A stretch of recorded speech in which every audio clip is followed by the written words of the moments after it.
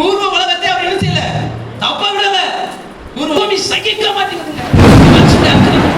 மனுஷன் நடந்தா, நீ தேவ பக்தி இல்லாதவனா நடந்தா, இன்னும் பாவத்துல இருந்தா, அக்கிரமத்துல இருந்தா, இப்படியே இந்த பூமி உன்னை சகிக்கும் நினைக்காத.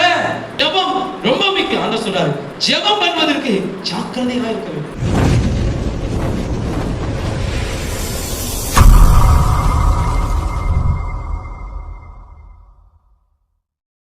1 பேதுரு 4வது அதிகாரம் 7வது. 1 பேதுரு 4:7 வாசிக்கிறோம். எல்லாவற்றுக்கும் முடிவு சமயமா இருக்கிறது, அதனால் தெளிந்த புத்தியுள்ளவர்களாய் இருந்து ஜெபம் பண்ணுவதற்கு ஜாக்கிரதையா இருங்கள் என்று கர்த்தருடைய வார்த்தை சொல்கிறது. ஆமென். சொல்கிறார், எல்லாவற்றுக்கும் முடிவு சமயமா இருக்கிறது. எல்லாவற்றுக்கும் முடிவு சமயமா இருக்கிறது, அதனால் ஜெபம் பண்ண நீங்க ஜாக்கிரதையா இருக்க வேண்டும் என்று சொல்கிறார்.